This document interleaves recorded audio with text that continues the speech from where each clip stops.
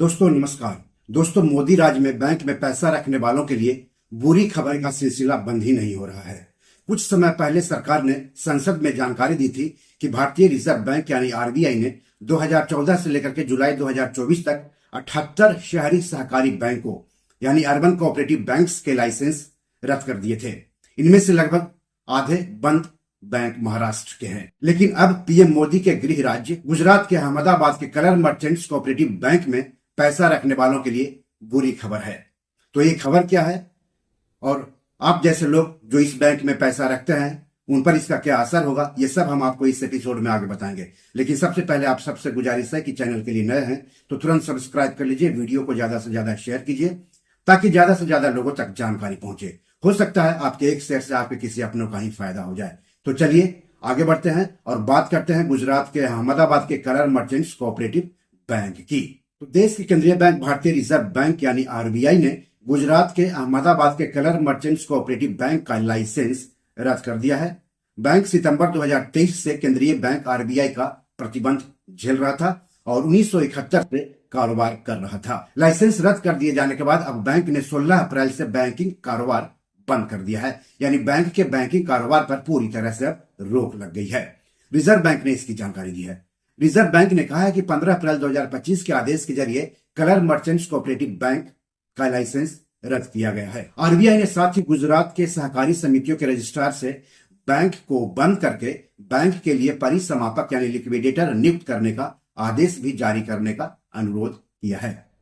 तो आप सोच रहे होंगे कि आखिरकार बैंक का लाइसेंस रद्द क्यों किया गया। तो आरबीआई ने इसकी 5 वजह बताई है, वह वजह आप भी जान लीजिए। पहली वजह, बैंक के पास पर्याप्त पूंजी और आय की संभावना नहीं है। दूसरी वजह, बैंक मौजूदा बैंकिंग कानून के कई प्रावधानों का पालन करने में नाकाम रहा है। तीसरी वजह, बैंक को जारी रखना उसके जमाकर्ताओं के हितों के प्रतिकूल है। चौथी वजह, बैंक अपनी मौजूदा वित्तीय स्थिति के कारण अपने मौजूदा जमाकर्ताओं का पूर्ण भुगतान करने में असमर्थ होगा। और पांचवी वजह, यदि बैंक को आगे अपने बैंकिंग कारोबार को जारी रखने की अनुमति दी जाती है तो सार्वजनिक हित पर खराब प्रभाव पड़ेगा। तो इन 5 कारणों से गुजरात के अहमदाबाद के कलर मर्चेंट्स कोऑपरेटिव बैंक का लाइसेंस आरबीआई ने रद्द कर दिया है।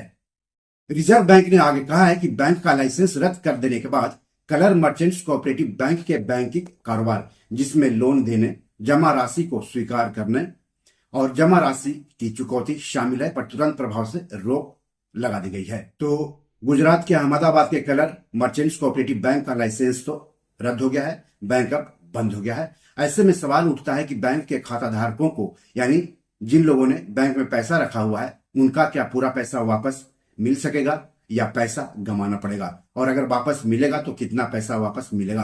तो इसके जवाब में आरबीआई का कहना है कि लाइसेंस रद्द करने और परिसमापन कार्यवाही शुरू करने के साथ डीआईसीजीसी अधिनियम 1961 के अनुसार कलर मर्चेंट्स कोऑपरेटिव बैंक के जमाकर्ताओं के भुगतान की प्रक्रिया शुरू की जाएगी। यानी बैंक के जमाकर्ताओं को अपनी जमा राशि के पूरे पैसे अब बैंक से नहीं बल्कि निक्षेप बीमा और प्रत्यय गारंटी निगम यानी डीआईसीजीसी से मिलेंगे। पैसा पाने के लिए डीआईसीजीसी क्लेम फॉर्म 2021 भरकर जमा करना होगा। डीआईसीजीसी की वेबसाइट पर यह फॉर्म आपको मिल जाएगा। वेबसाइट का लिंक वीडियो के डिस्क्रिप्शन में दिया हुआ है। ज्यादा जानकारी आप अपनी बैंक शाखा से ले सकते हैं। सवाल है क्या पूरे पैसे आपको वापस मिलेंगे? परिसमापन के बाद हर एक जमाकर्ता को डीआईसीजीसी अधिनियम 1961 के प्रावधानों के अधीन निक्षेप बीमा और प्रत्यय गारंटी निगम से अपनी जमा राशि का 5 लाख रुपए की मौद्रिक सीमा तक की जमा राशि बीमा दावा राशि का अधिकार प्राप्त होगा। यानी 5 लाख रुपए तक ही किसी भी ग्राहक को मिलने की उम्मीद है, भले ही बैंक में उनके कितने भी अकाउंट हो और उन अकाउंट में कितने भी पैसे क्यों ना हो, मिलेंगे तो सिर्फ 5 लाख रुपए तक ही। कहने का मतलब है कि अगर बैंक में किसी का 10 लाख रुपए जमा है तो उसे केवल 5 लाख रुपए ही मिलेंगे, बाकी के 5 लाख रुपया भूलना होगा। अगर किसी व्यक्ति का 6 लाख जमा है तो उसे 1 लाख रुपया भूलना होगा, और अगर 7 लाख रुपया जमा है तो उसे 2 लाख रुपए भूलना होगा। बैंक का लाइसेंस रद्द करते हुए आरबीआई ने आगे कहा है कि डीआईसीजीसी ने बैंक के जमाकर्ताओं से प्राप्त सहमति के आधार पर 31 मार्च 2025 तक डीआईसीजीसी अधिनियम 1961 की धारा 18A के प्रावधानों के तहत कुल बीमाकृत जमा के 13 करोड़ 94 लाख रुपए का भुगतान कर दिया गया है। आरबीआई का आगे कहना है कि बैंक द्वारा दिए गए डेटा के अनुसार 98.51% जमाकर्ता DICGC से अपनी पूरी जमा राशि प्राप्त करने के हकदार हैं।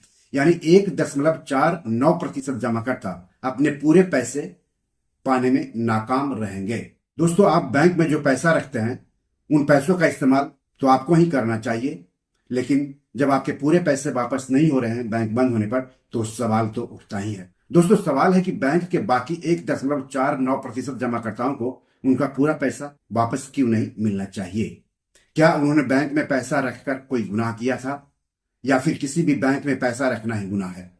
क्योंकि सजा तो गुनाहगारों को दी जाती है, जुर्माना गलत काम करने पर लगाया जाता है, लेकिन बैंक के जिन 1.49% लोगों को उनका पूरा पैसा वापस नहीं दिया जा रहा है, वो तो बेकसूर हैं, बेगुनाह हैं।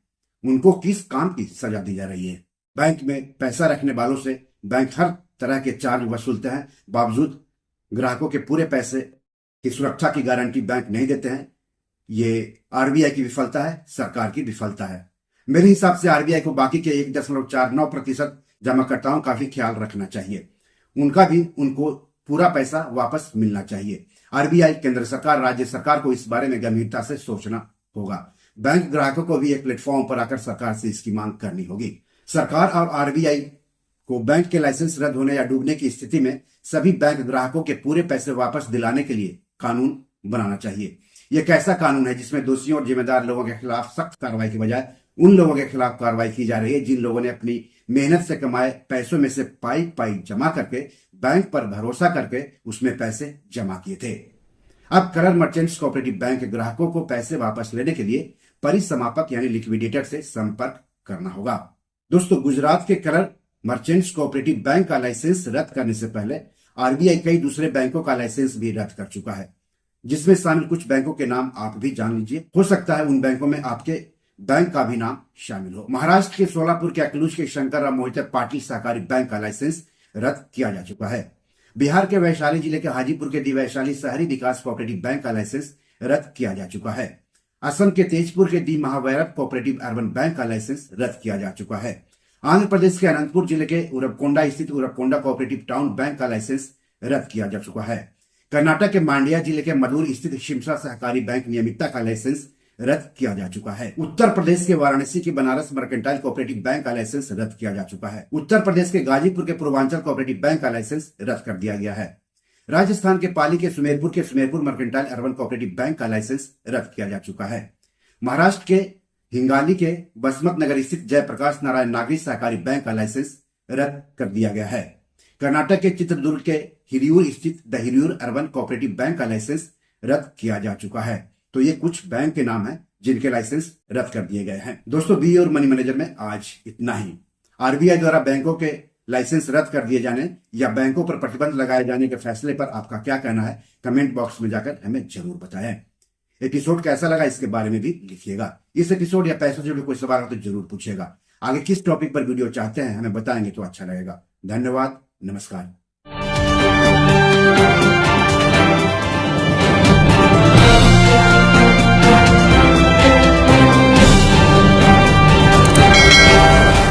दोस्तों, ये मेरी 7 किताब है जो कि amazon.com पर पब्लिश है। आप इसे डाउनलोड करके पढ़ सकते हैं। इन किताबों के लिंक्स इस वीडियो के डिस्क्रिप्शन में दिए हुए हैं।